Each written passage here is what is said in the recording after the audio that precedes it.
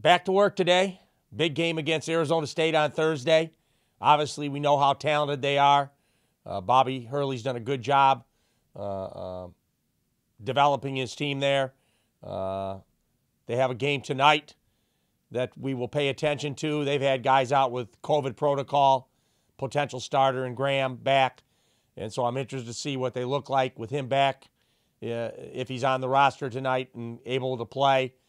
But very dangerous offensively, play at a fast pace, get up and down the floor, shoot the ball.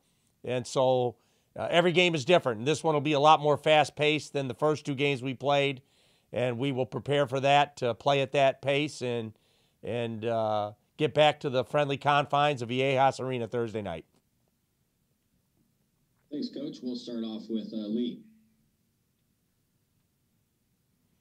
Hey, Brian, thanks for the time. Can you talk for a second about the unique challenge of taking so many new pieces and finding the right chemistry and mix a guy's strength with the other guys on the floor? Is this going to be kind of a learning curve thing because you do have so many new players? Yeah, Lee, that's why I said as of a couple weeks ago, 3-4 weeks ago, that I know this is going to be a good team. How soon we're good remains to be seen. So we have some work to do offensively to get our players in a rhythm.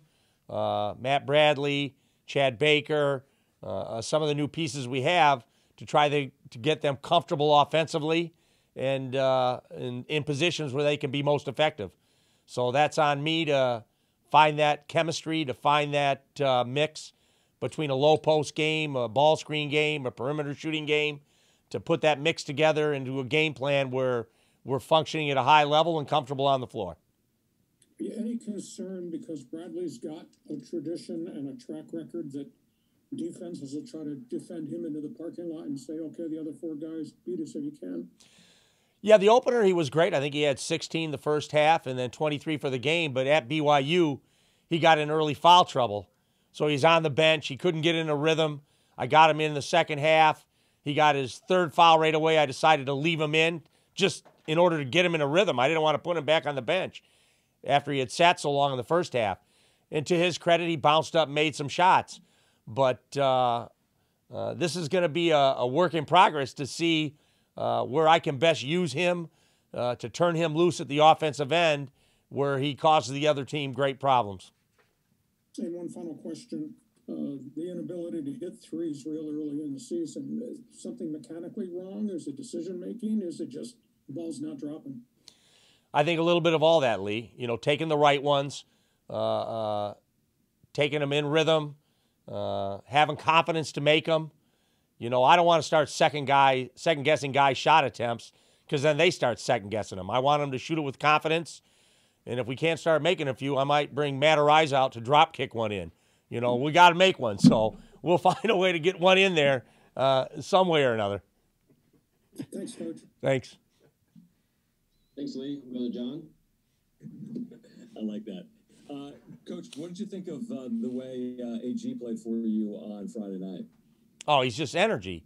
I mean, he got in the game and was on the floor 10 seconds into his first duty. And so he fell on the hip, you know, so I couldn't play him down the stretch. I'd have had him in down the stretch.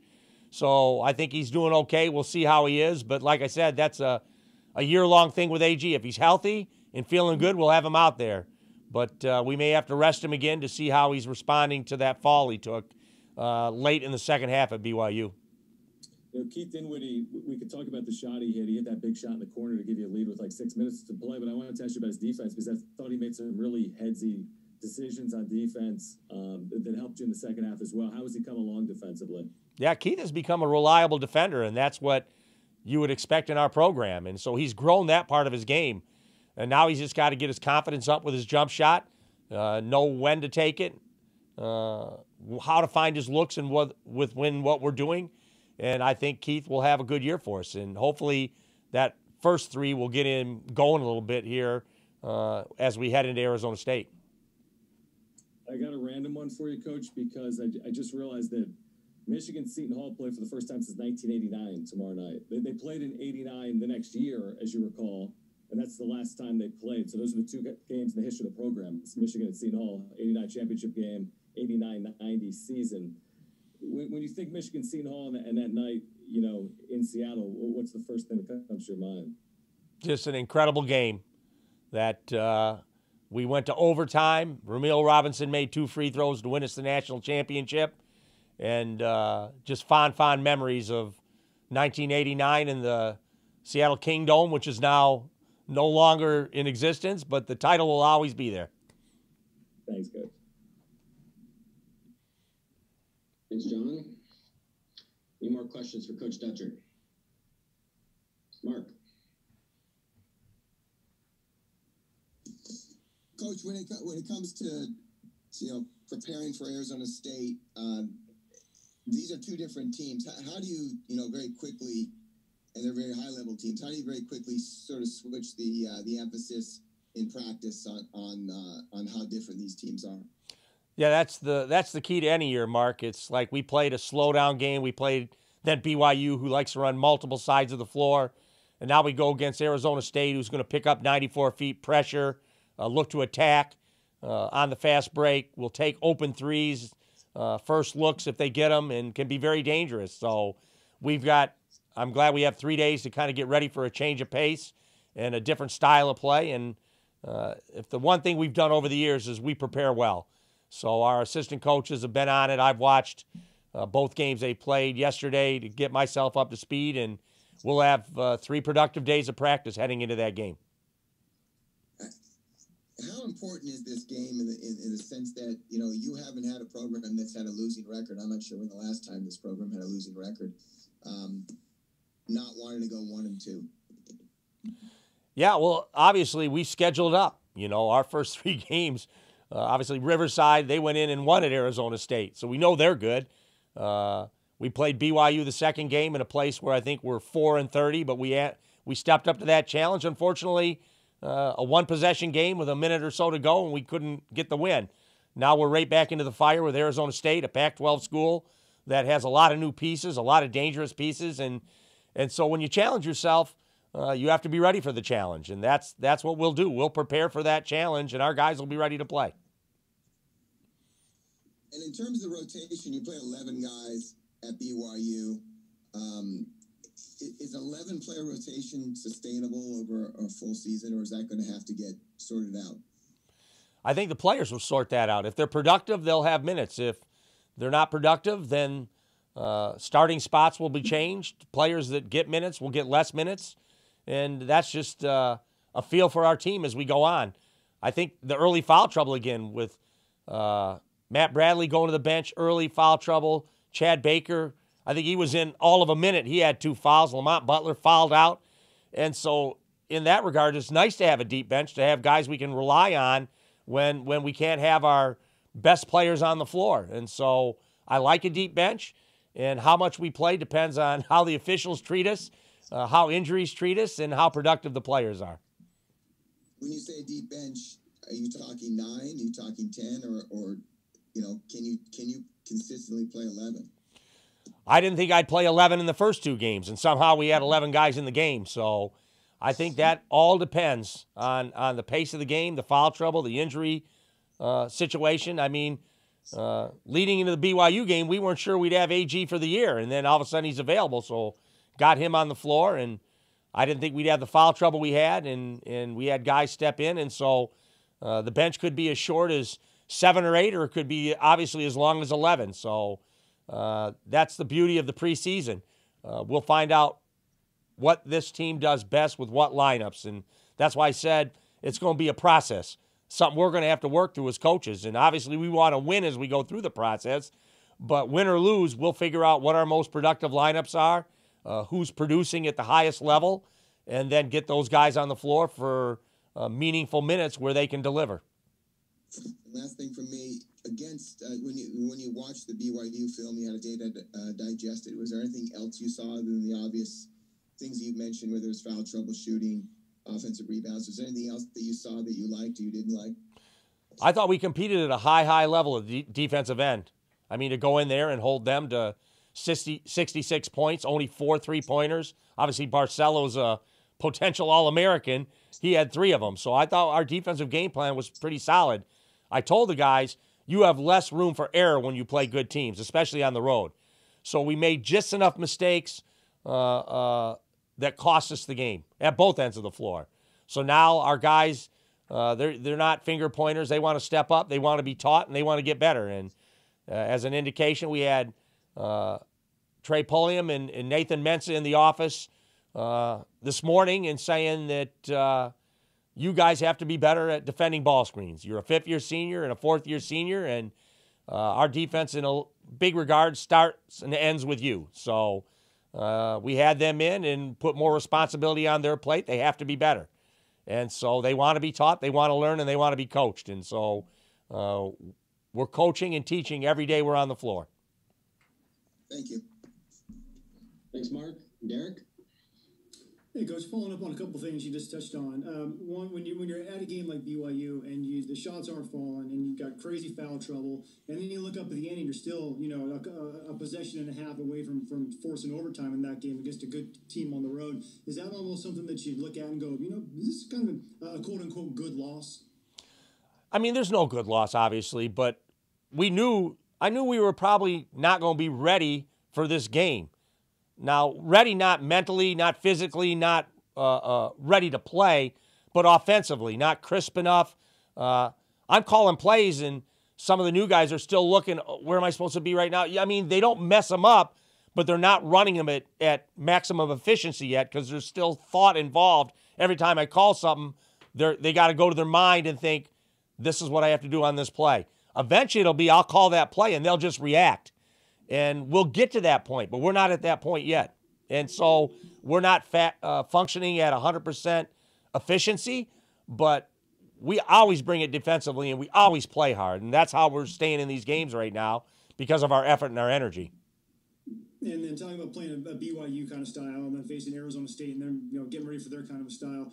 You guys are a program too. So how much do you look at those guys have to prepare for our kind of style as well versus trying to maybe tailor your game or get used to what the other team's doing? Yeah, every team is different. And they'll look at us and say, well, they haven't shot it very well. Do we want to go under some stuff? Do we want to dare them to shoot? That's just all part of the mental game. So we can't give into that. If we get open shots, we have to shoot a few in. Or we know what it's going to be. I mean, we've had teams in the past where we haven't made shots and we still won games, and that could have happened at BYU. We were 2 for 22 from 3 and 9 for 19 from the foul line, but you look up and it's a one-possession game with a minute to go. So we find ways to stay in games. Now we have to find ways to close them out and win them. Thanks, Coach. Good luck. Yep. Thanks, Derek. And we'll close out Coach Dutcher's portion with Bryce. Hey, Dutch. Maybe 3 or 4 seasons ago, the program lost, had a little losing streak against the Pac-12. The last 2 years, you've beaten UCLA and Arizona State when they were ranked, and you won pretty easily against Utah up in LA. What has changed and what's meaningful about consistently winning those games like you've done in the last couple of years against a Power 5? I just think it speaks to the culture of our program. We think we can play and beat anybody we put on the schedule. And that has to be our mindset. We're not putting those games on the schedule just to entertain the fans and lose. We want to win every game we play. And we're scheduling up. We're playing anybody that'll play us. And I like that kind of challenge. There's great parity in basketball. You can look at any of these games around the country, and if you just get caught up in the name game, how does this team lose to this team? Well, if you look at their rosters and they got returning players and they got talented players, and they've added a great transfer, you have to dig deeper. And so I'm not really surprised. Sometimes I'm like the rest of the public. I'm like, how did that happen? Then I look at their roster and like, well, shoot, they got players back from a really good team. So I don't think you worry about the conference or the name on the jersey, Bryce. Most people thought when we played Riverside it would be a walkover. And they're a very good team, and then they go to lose to us, and 2 nights later they win in Tempe. So the name on the front of the jersey doesn't mean as much as getting your team ready to play no matter who you play.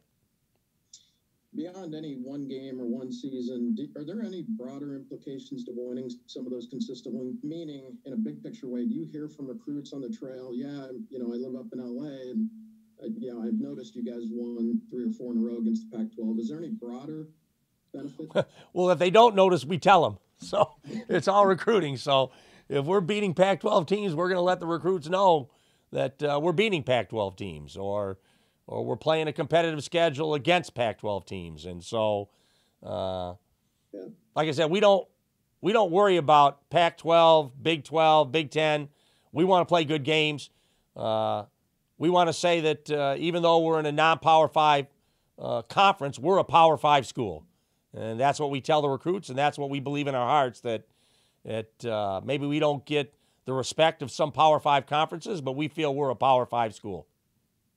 Last one for me. I'll ask Brady this too, but the football program's won 7 of 9 against the Pac-12, that run. When it starts to happen even more broadly across the entire athletic department, especially the two most prominent sports, what does that potentially do, if anything?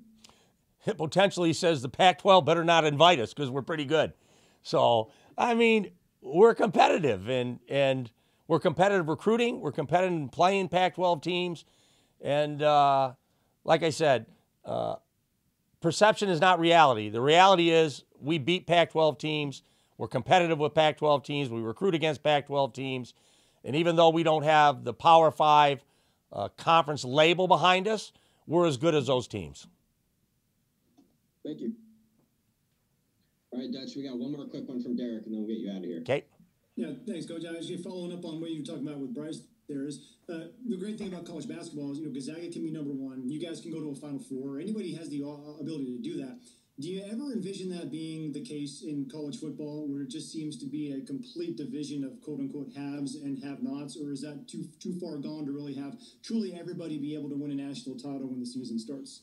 I think if they let more teams in the playoffs, then a non-Power 5 team eventually will make a run and challenge those teams. But if they close the door to us and they don't let us have a seat at the table, then it's not going to happen. That's the beauty of NCAA basketball. When they announce the field, maybe there's more Power 5 teams, but if you look over the years at a Wichita State in the Final Four, a Butler, a Gonzaga, you can go right down the list. It happens. And so if football gets a seat at the table and non-Power 5 schools can get a representative or two, then we'll have a chance to prove that we belong there.